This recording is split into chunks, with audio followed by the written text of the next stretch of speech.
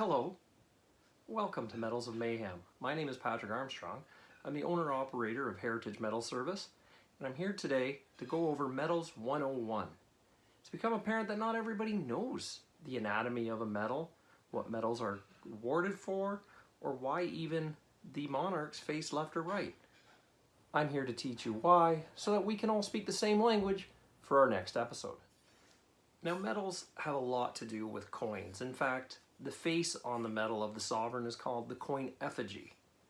But we're going to talk about the anatomy of a metal and what are the different parts so that we're all speaking the same language when I describe each. First and foremost, there's a difference between the rim and the edge. The rim is the raised border around the circumference of the metal. Some metals, typically like coronation metals, do not have a raised rim. In fact, it's flat, and it is part of what's called the field. The field is the plain part of the metal, sort of the background, flat part. The edge is what goes around the metal, where we commonly, with exemplary service, long service, and decorations, will see names, regiments, service numbers. From there, we get what's called the legend. The legend is any writing that goes around the rim. So it's on the face of the field on either side. Quite often on the face of the metal, we'll see the sovereign. And if the sovereign's not on the front, quite often on the back, we'll see the royal cipher, which are the stylized initials for each sovereign. To mount the metal to the ribbon, we have what's called suspenders. Suspenders can come in what's called a flat, straight suspender. There are turn straight suspenders where it actually will rotate because of a central pivot. We also have ring suspenders. And just because we like to keep everything formal, the front of a metal is called the obverse and the back is called the reverse. When we're dealing with metals and the awarding, it's very typical to see a soldier or sailor or aircrew with a lot of medals, and people say, oh, that person's highly decorated. Generically, we can say that, but the reality is there is a difference between decorations and medals. In fact, some decorations are medals, but not all. Another important note is that medals are awarded. Everything from the Victoria Cross down to a provincial medal is awarded. The only medals that are won are in the Olympics or the Queen's Champion Shot, which we'll touch upon in a later episode. In the Canadian Honours Award system, we tend to start with the crosses, then the national orders, the provincial orders, territorial orders, then we get into decorations for courage, for meritorious service, then we get into our medals. For there we have the sacrifice medal is the top of the medals, the war and operational medals, the special service medals, United Nations, NATO, the international organization medals. We have the polar and volunteer medals, commemorative, which would be for Canada's 125th anniversary or for the Queen's Jubilees, the long service and good conduct medals, specifically the RCMP good conduct medal, and then the Canadian Forces decoration, the exemplary service medals, then we have the special medals, and then we get into our provincial and organizational medals. One thing that tends to follow around coins and medals is when they have the face of the sovereign, the coin effigy, the lettering that goes around, which would be the legend on the field. See, we're starting to speak the same language. That Latin always starts with the Latin name of the king or queen, and then we'll go into essentially a breakdown of queen or king of the Britons, defender of the faith, by the grace of God, and then every now and then we would get Emperor or Empress of India, which of course changed by the end of the 40s. Since we're talking about medals, we should probably talk about the sovereigns and why they face different directions on each medal. Although it was rumored to be Charles II who came up with the idea of alternating, so far it goes back to James I, who faced right on his coin.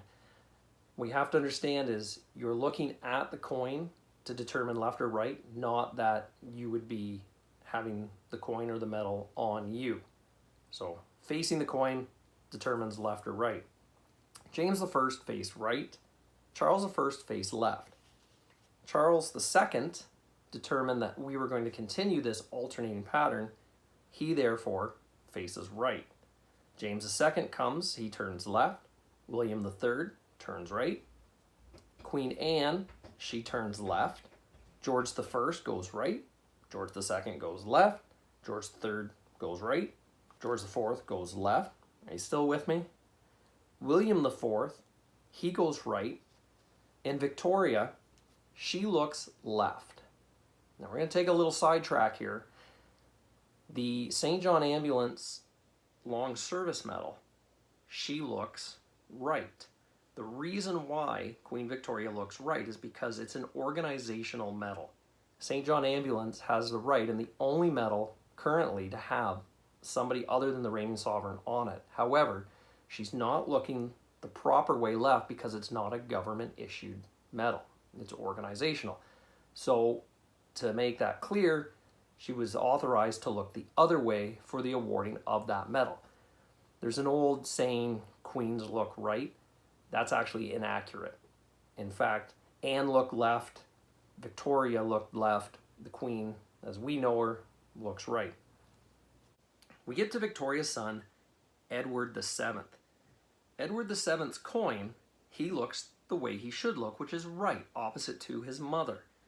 However, Edward VII, it's rumored, tabloids beware, was a bit of a mama's boy, and he really wanted to face the same direction as his mom. So for the King South Africa medal, along with several other medals, he actually looks left, even though he should look right.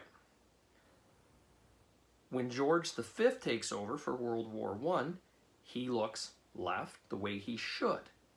Edward VIII, he's supposed to look right. Now we're getting into ego again. Edward VIII, as we all know, abdicated just under a year as reigning the king. And so he loved the part in his hair, and because of the part, he wanted to look left. So he changed the whole tradition, although he should have looked right. So when he abdicates and his brother takes over, George VI, which is Queen Elizabeth II's father, he goes back to looking left. Even though his brother was looking left, his brother should have looked right according to tradition, and George VI wanted to keep tradition. So it's actually possible for 4 sovereigns in a row for a person to be issued medals with all 4 sovereigns facing left. So the Queen's Medal for South Africa, the Boer War, Victoria faces left. Edward, for that one medal, faces left, along with a couple other, but they've awarded that right after. So now you have 2 facing left. If you served in World War I and received the War Medal, George V would be facing left. And if you served in World War II, under George VI, he too would face left. So instead of alternating, that's what you have. Elizabeth II, as we know, she faces right. When she steps down or is replaced by King Charles, who has declared that he will go by King George VII, he will then face left, carrying on that tradition. Clear as mud? I'd like to thank everybody for listening to Medals 101. I'm sure next season we'll carry on with a Medals 201 for more advanced knowledge, but for right now we can continue on with our medal series and everybody is on the same footing. Thank you.